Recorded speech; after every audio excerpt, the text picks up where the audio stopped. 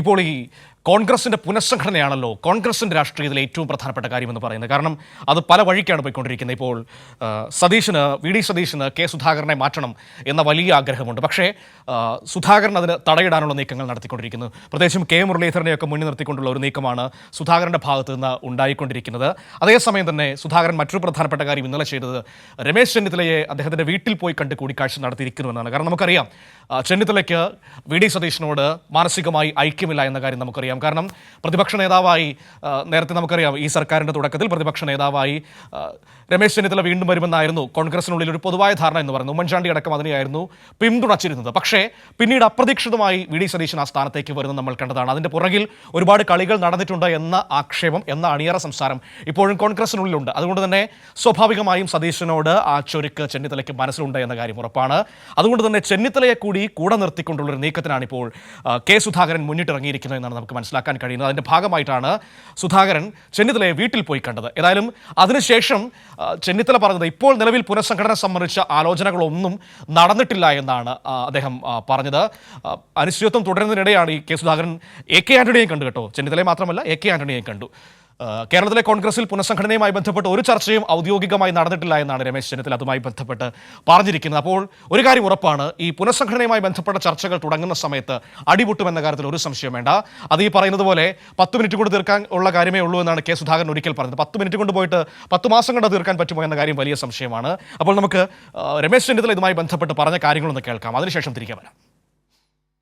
കേരളത്തിലെ കോൺഗ്രസ് പാർട്ടിയിൽ ഒരു പുനഃസംഘടനയുമായി ബന്ധപ്പെട്ട ഒരു ചർച്ചയും ഔദ്യോഗികമായി നടന്നിട്ടില്ല. എനിക്കറിവില്ല.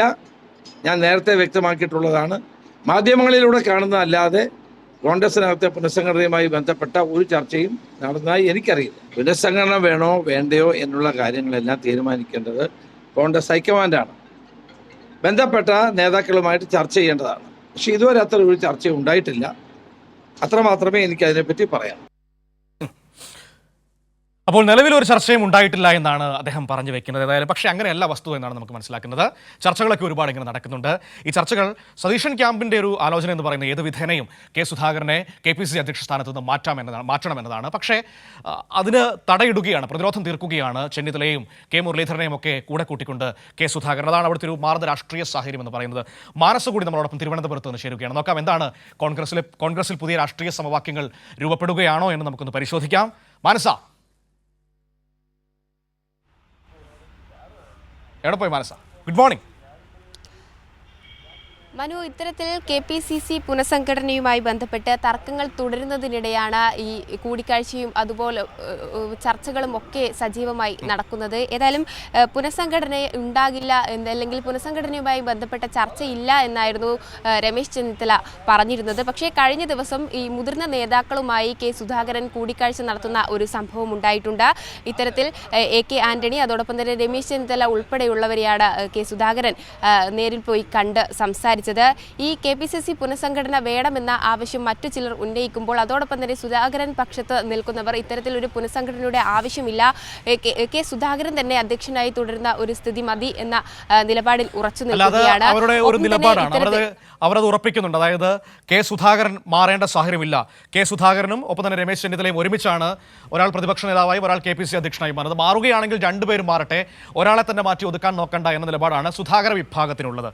പക്ഷേ സതീശൻ അങ്ങനെയല്ല, സതീശൻ്റെ പക്ഷത്തിന് അങ്ങനെയല്ല താനും. ഇവിടെ ഇപ്പോൾ ഈ രമേശ് ചെന്നിത്തലയെ വീട്ടിൽ പോയി സന്ദർശിക്കുന്നതിലൂടെ എന്താണ് കെ സുധാകരൻ ലക്ഷ്യമിടുന്നത്? ചെന്നിത്തല അടക്കമുള്ള മുരളീധരൻ അടക്കമുള്ള സതീശനോട് അതൃപ്തിയുള്ളവരെ ഒപ്പം നിർത്തിക്കൊണ്ട് പ്രതിരോധം തീർക്കുക എന്ന പുതിയ സമവാക്യത്തിൻ്റെ സാധ്യതകൾ പരീക്ഷിക്കുകയാണോ?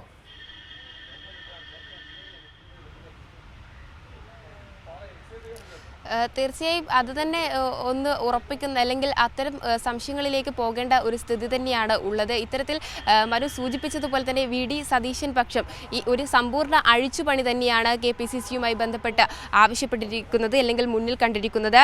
ഈ കാര്യം വേണ്ട എന്ന നിലപാടാണ് മറ്റു ചില വിഭാഗത്തിന് ഉള്ളത്. അതായത് കെ സുധാകരൻ പക്ഷം വിഭാഗത്തിന് ഉള്ളത്. കെ സുധാകരൻ അധ്യക്ഷനാകുന്ന സാഹചര്യം ഉണ്ടായപ്പോൾ തന്നെ ഈ മുതിർന്ന നേതാക്കളായ രമേശ് ചെന്നിത്തല, AK ആന്റണി അതോടൊപ്പം തന്നെയുള്ള മറ്റ് മുതിർന്ന നേതാക്കൾ ഉൾപ്പെടെ ഒപ്പം അല്ലെങ്കിൽ പിന്തുണയുമായി എത്തിയതാണ്. ആ പിന്തുണ തന്നെ തുടർന്നും ഉണ്ടാകുന്നു എന്ന് തന്നെയാണ്. ഇതിൽ വി ഡി സതീശൻ ഉന്നയിക്കുന്ന അല്ലെങ്കിൽ ആവശ്യപ്പെടുന്ന അല്ലെങ്കിൽ ആഗ്രഹിക്കുന്ന കാര്യങ്ങൾ നടത്താൻ മറുവിഭാഗം സമ്മതിക്കുന്നില്ല എന്നുള്ളത് തന്നെയാണ് ഇവിടെ എടുത്തു കാണേണ്ടത്. ഒപ്പം തന്നെയാണ് ഇത്തരത്തിൽ AICC സംഘടനയിലുള്ളവരും പോലും ഈ കെ സുധാകരൻ പക്ഷമായി നിൽക്കുന്ന ഒരു സാഹചര്യമാണ്. ഇത്തരത്തിലൊരു ചർച്ച നടക്കുന്നതിനിടയിലാണ് ഈ ഒരു കൂടിക്കാഴ്ച എന്നുള്ളതാണ് മറ്റൊരു പ്രധാന കാര്യം. ഏതായാലും സമ്പൂർണ്ണ അഴിച്ചുപണി വേണമെന്ന് വി ഡി സതീശൻ ഉന്നയിക്കുമ്പോൾ അതിൻ്റെ ആവശ്യമില്ല, സുധാകരൻ തന്നെ തുടർന്നാൽ മതി എന്ന നിലപാടിലാണ് മറുവിഭാഗം നിൽക്കുന്നത്. ഒപ്പം തന്നെ ഇത്തരത്തിലൊരു സമ്പൂർണ്ണ അഴിച്ചുപണി നടക്കുകയാണെങ്കിൽ ഒരുപക്ഷെ KPCC ആസ്ഥാനത്തെ മൊത്തം തന്നെ അഴിച്ചുപണിക്ക്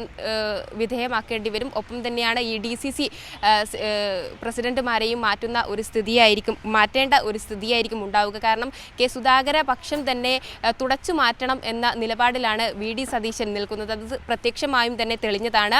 അതിൻ്റെ ഒരു തുടർച്ചയാണ് ഈ ഒരു KPCC പുനഃസംഘടനയും.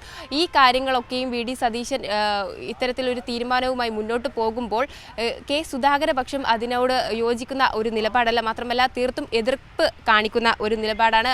ഇതിൽ പ്രധാനമായും കാണേണ്ടത് ഇത്തരത്തിൽ KPCC അധ്യക്ഷനായി തുടരുന്ന കെ സുധാകരനെ മാറ്റുമ്പോൾ ഇനി പകരം ആരാണ് അധ്യക്ഷനായി വരേണ്ടത് എന്നതടക്കമുള്ള കാര്യങ്ങൾ ചിന്തിക്കേണ്ടിയിരിക്കുന്നു. മാത്രമല്ല ഒരാൾ അല്ലെങ്കിൽ KPCC അധ്യക്ഷനായി ഒരു വ്യക്തി മതി എന്ന തീരുമാനത്തിലേക്ക് എത്താൻ എന്തായാലും കോൺഗ്രസ് എന്ന നേതൃത്വത്തിന് സാധിക്കില്ല എന്നുള്ള കാര്യം ഉറപ്പാണ്. ഈ ഗ്രൂപ്പുകൾ തമ്മിലുള്ള ഒരു ഐക്യമില്ലായ്മ, അതോടൊപ്പം തന്നെ വിഭാഗങ്ങൾ തമ്മിലുള്ള ഐക്യമില്ലായ്മ ഈ ഒരു പേരിലേക്ക് എത്തിച്ചേരാനുള്ള ഒരു സാധ്യതയും കുറവാണ്. അതുകൊണ്ട് തന്നെ ഈ മുതിർന്ന നേതാക്കൾ ഉൾപ്പെടെയുള്ളവർ, അതായത് സുധാകരനെ പിന്തുണയ്ക്കുന്ന നേതാക്കൾ ഉൾപ്പെടെ സുധാകരൻ മതി എന്ന നിലപാടിൽ തന്നെ ഉറച്ചു നിൽക്കുന്ന ഒരു സാഹചര്യവും ഉണ്ടാവും. മനു, ശരി, നമുക്ക് നോക്കാം എന്താണ് സംഭവിക്കാൻ പോകുന്നതെന്ന്. പുനഃസംഘടനയെ ചൊല്ലി കോൺഗ്രസിൽ വലിയ പ്രതിസന്ധി യഥാർത്ഥത്തിൽ രൂപപ്പെട്ടിട്ടുണ്ട് എന്നതാണ് അതിൻ്റെ ഉള്ളിൽ നിന്ന് നമുക്ക് ലഭിക്കുന്ന വിവരങ്ങൾ. അതാണ് വസ്തുതയും. പക്ഷേ സ്വാഭാവികമായി നേതാക്കൾ അത് സമ്മതിച്ചു തരില്ല. പക്ഷേ ഇതിനിടയിൽ ഇങ്ങനെ നടന്നുകൊണ്ടിരിക്കുന്നു. അതാണ് വാർത്തകളായി ഓരോ ദിവസവും പുറത്തു വരുന്നത്.